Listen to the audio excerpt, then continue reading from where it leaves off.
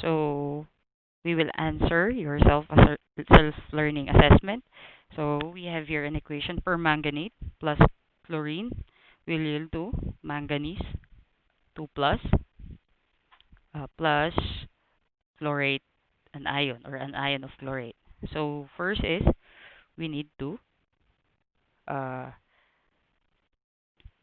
deduce the overall equation or the equation into two.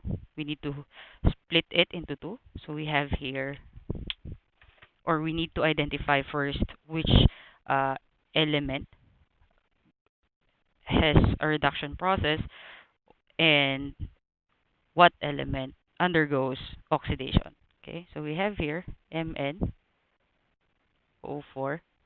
negative, Mn2 plus. And we have another one, Cl2, chlorate, and ion. So, nakikita natin to, naging Mn2 plus. So, tingnan natin, ano yung dati niyang oxidation state. So, a charge is negative 1 equals, anong charge ng oxygen? Negative 2 multiplied, ilan ang oxygen? 4 plus, ilang Mn? Isa. Anong charge ng Mn? Let us assign it as x. So, therefore, x will be 7. So, ang charge ng manganese here is 7. Positive. Okay. And then we will try to check the oxidation numbers of the second half reaction. So, we have here negative 1. Kasi 0 tong Cl matic. Walang charge. And it's an elemental. So, 0 siya. So, we'll try to check anong nangyari sa oxidation state niya after the reaction. So, we have here negative 1 equals to charge ng oxygen ay negative 2. Ilang oxygen? 3. Plus, ilang chlorine? Isa. X. So, therefore, X will be 5. Okay. So, we all know that in this part, Mn 7 plus goes to 2 plus. So, therefore, nag-reduce siya. It is reduction. And we have here Cl2 from 0. Nag-increase siya ng 5 electrons. So, siya ay nag-undergo ng oxidation process. Okay. So, we'll now try to, since we're done with letter A, assigning oxidation numbers to each element, we will now balance the atom of each element being or oxidized or reduced. Okay. So, we'll take note first the permanganate. Okay.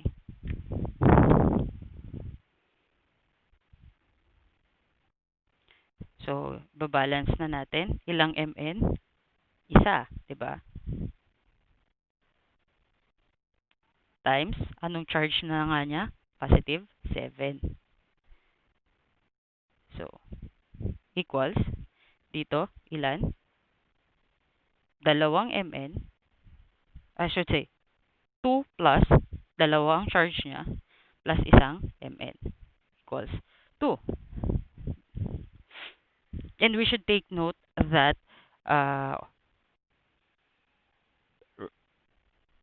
reduction, no? Kapag reduction, ang electrons ay nasa left part or reactant side ng equation. So, therefore, 7 plus E is equal to 2. So, E, electrons, 2 minus 7. So, we need 5 electrons to balance the equation. Okay. So, we need to rewrite MnO4 negative plus 5 electrons will yield to Mn 2 plus. Okay. So, let's go. So, natapos na natin yung letter C, multiplying the oxidation number by the number of atoms that have that oxidation number. So, yun yung kanina, 1 times 7. And then dito, 1 times 2. Tapos, nandun na tayo sa letter D, which is uh, balancing the equation by adding electrons.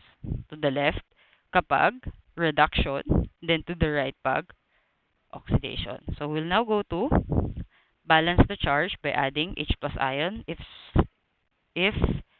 it's acidic solution and OH negative if it's uh, or high if it's basic solution. So, ilang H plus ang idadagdag natin. So, we have here negative 1 plus 5 or negative 5. So, yung overall charge natin, negative 5 na naman. Tapos 2. So, we have, or we can rewrite this by negative 1 plus negative 5 plus ilang H, no? Mn2 plus. Dalawa yung charge. So, negative 6 plus H 2 plus. So, ilang H plus. Therefore, we need 8. Okay? So, we'll write the equation Mn O4 negative plus 5 electrons plus 8 hydrogen ions will yield to Mn 2 plus. So, negative 1 plus negative 5 equals negative 6, no? Plus positive 8. So, positive 2. Balance siya. Positive 2 din sa kabilang side. So, it's already balanced. So, the next step is balance the hydrogen by adding water molecules. So, may O na tayo dito. So, we need to add water molecules on the right side of the equation.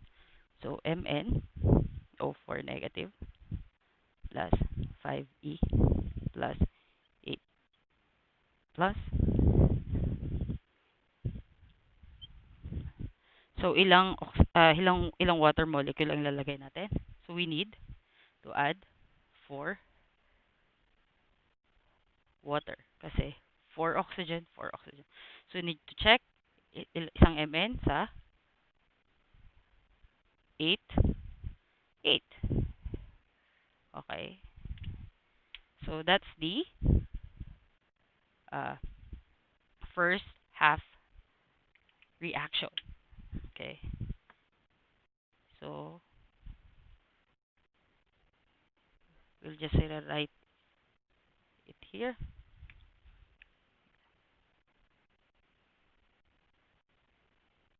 So, Mn O4 negative. Kasi gagamitin pa natin siya mamaya para makuha yung overall reaction. Okay. So, we will now balance the second half reaction. Oh. So, okay. So, the first step is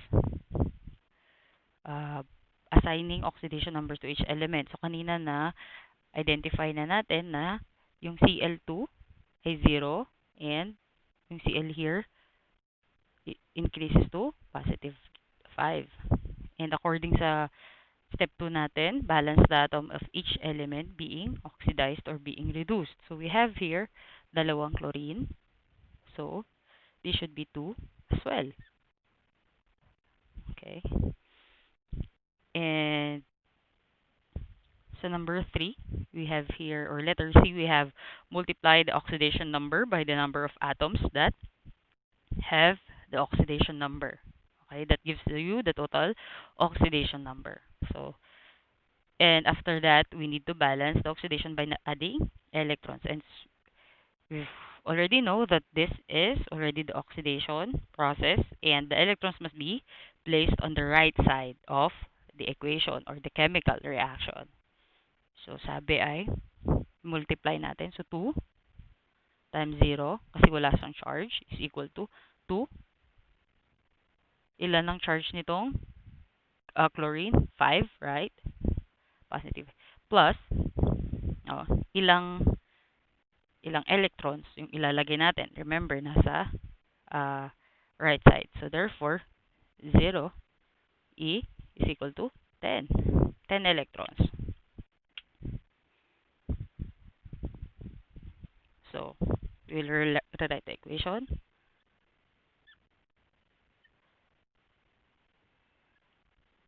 10 electrons. Huh? So, after that is, we need to balance the charge by adding H plus ions. Okay? So, kailangan mag-zero tong side na to kasi 0 sa kabila. Diba? So, 0 is equal to 2. Yung overall charges nila, negative 1 plus 10. Ano ang charge ng electron? Negative 1 plus H. No. So, ilang H ang ilalagay natin? H will be 12. Okay.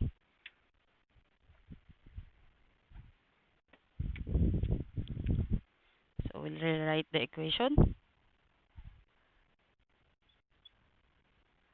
Plus 10 electrons. Plus 12. Ayan. So, the uh, last step is balance the hydrogen by adding water molecules. So, meron tayong tatlong oxygen times 2. So, 6 oxygen, right? So, we need to add 6 water molecules.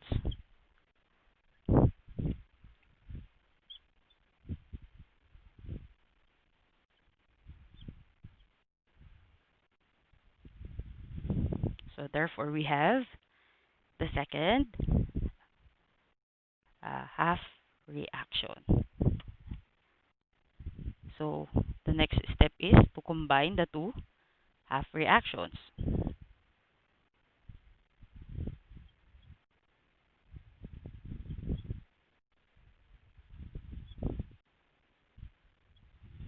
Okay.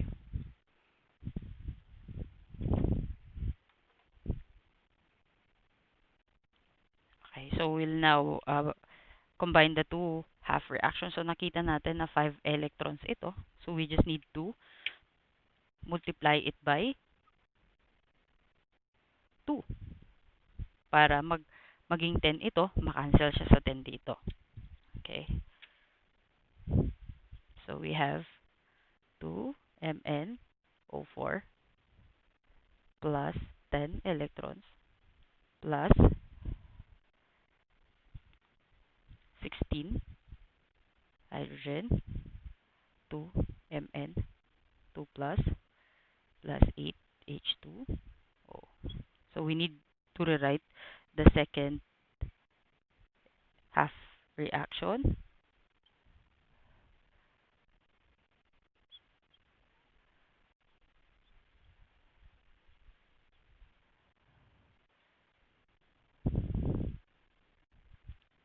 Okay, there.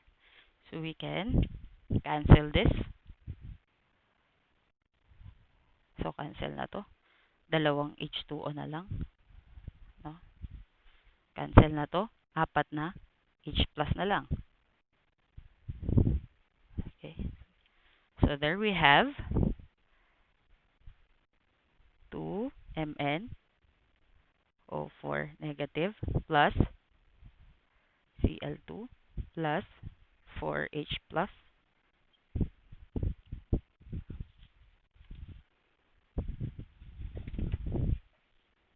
Okay. Then we have 2 Mn 2 plus plus 2 ClO3 negative plus dalawang water. So that's the overall reaction.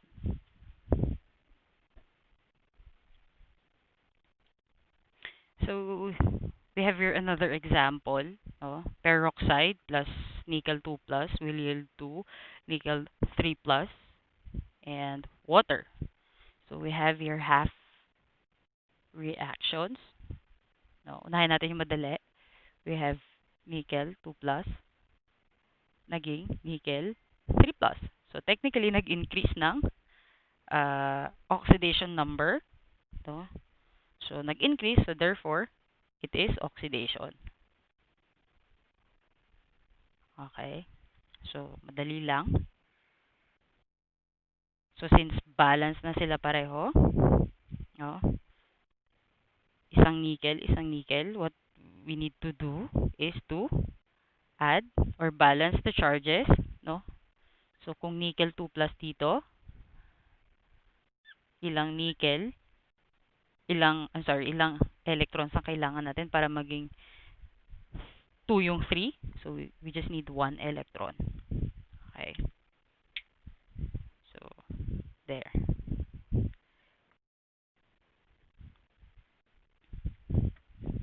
So sulat lang natin.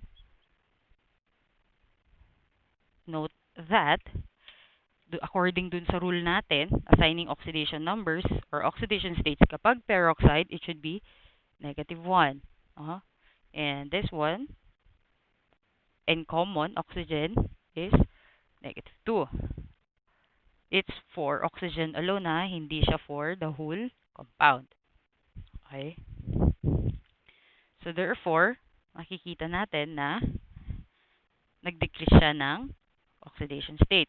So, 'di ba? So naging from -1 naging -2. So, 'di ba? So ilang electrons ang ilalagay natin para mag-balance siya?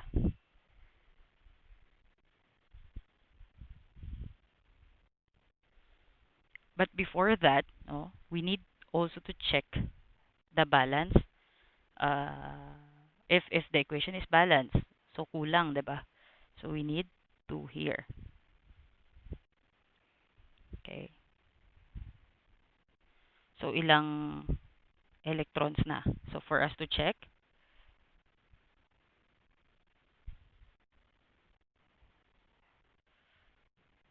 ilan?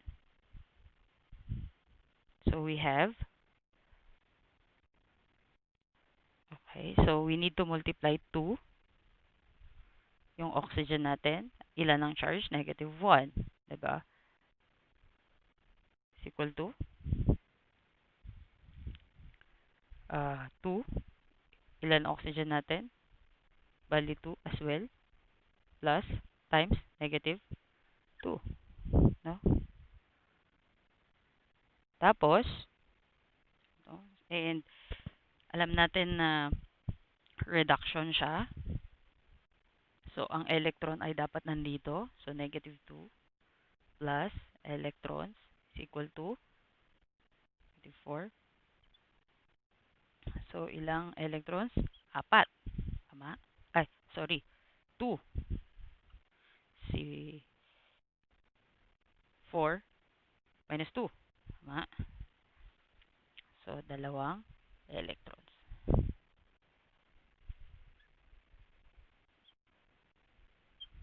Okay. Then after that, so we will now balance the equation by adding H plus ions. So nakikita naman natin 0 yung charge nito pero may -2 dito and then 0 din dito. No? So para -2 yung both or mag-0 yung both sides ng equation,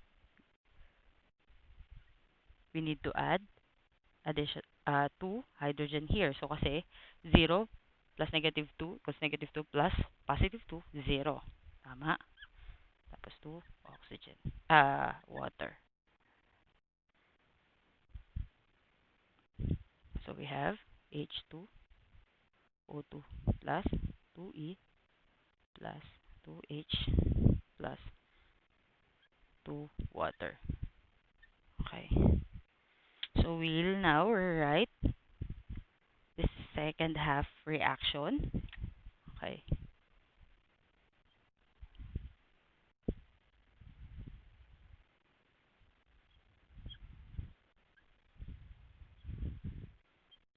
Oh. So nakikita natin, dalawang electron, iisa lang dito. So we just need to multiply it by 2. Oh. So we have 2 nickel 2 plus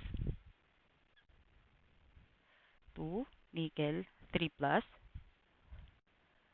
2 electrons. So we just need to rewrite this one.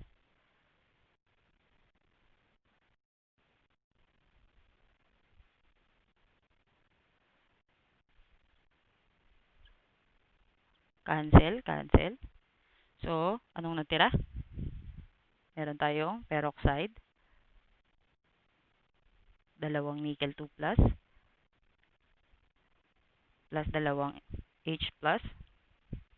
Product will be 2 nickel 3 plus and then 2 molecules of water. So, that's the overall equation for this redox reaction. Okay, so we have another equation which is sulfur dioxide plus iodine will yield to uh, sulfite plus iodide. Okay, iodide ion.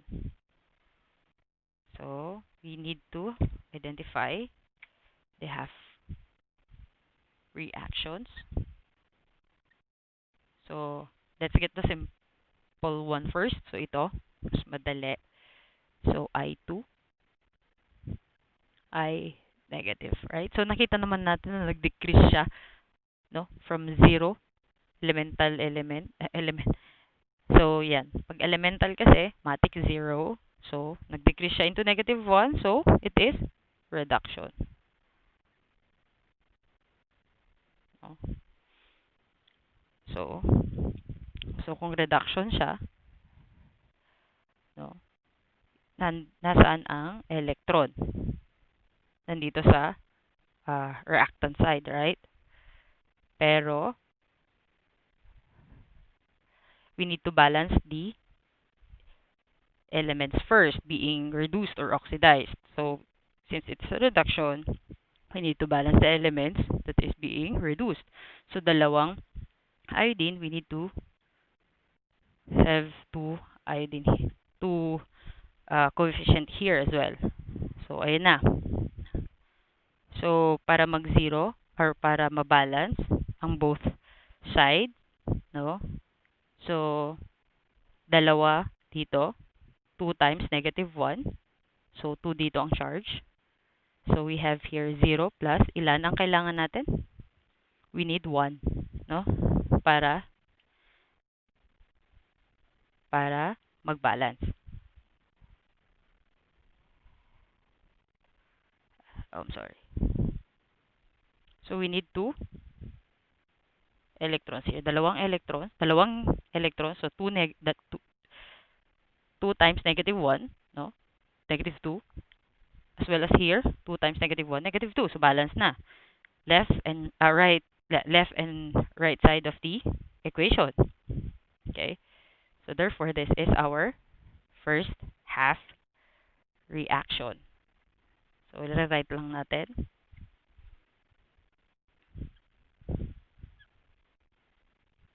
Ayan.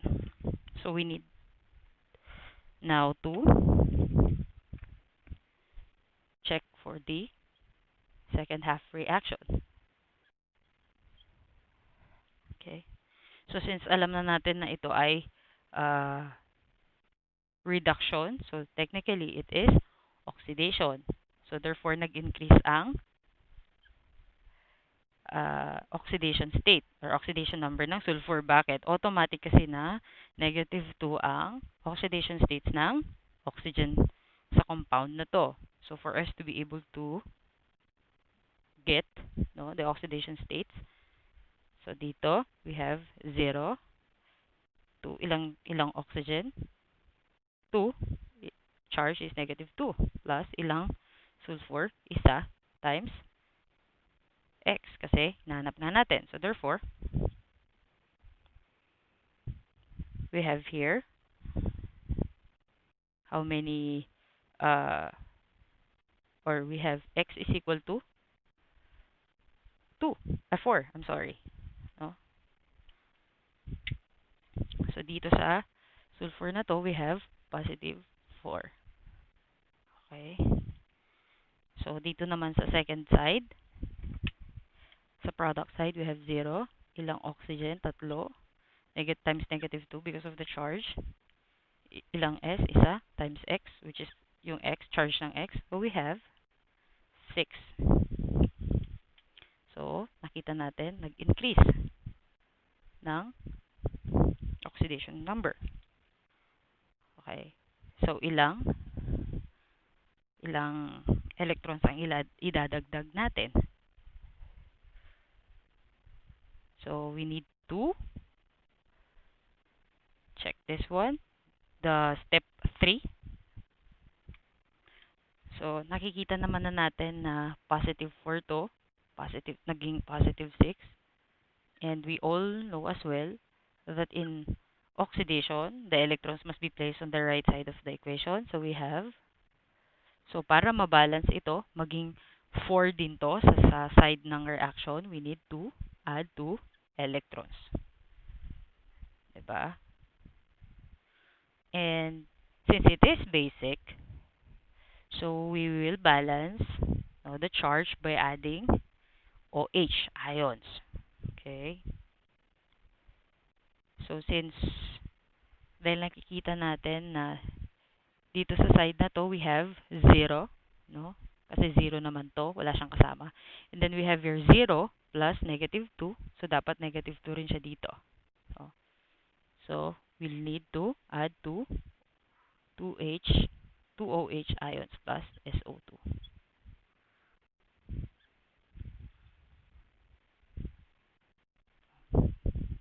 Okay. So after that, we will now balance the hydrogen by adding water molecules. So ilang hydrogen dito? 2. So we need to add here we need to add isang water molecule. No. 4 na oxygen, 4 na oxygen, 2 hydrogen, 2 hydrogen. So we have the other half reaction. So we will rewrite and then we will combine the two half reactions.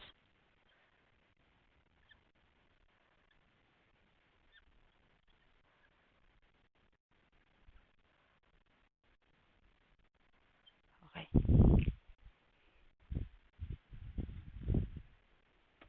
Okay, so yung 2 electrons pwede nang mag-cancel.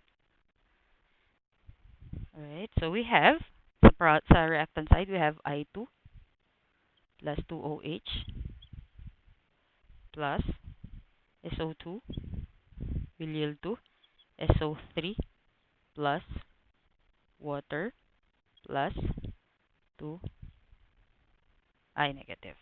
So that's our overall redox reaction.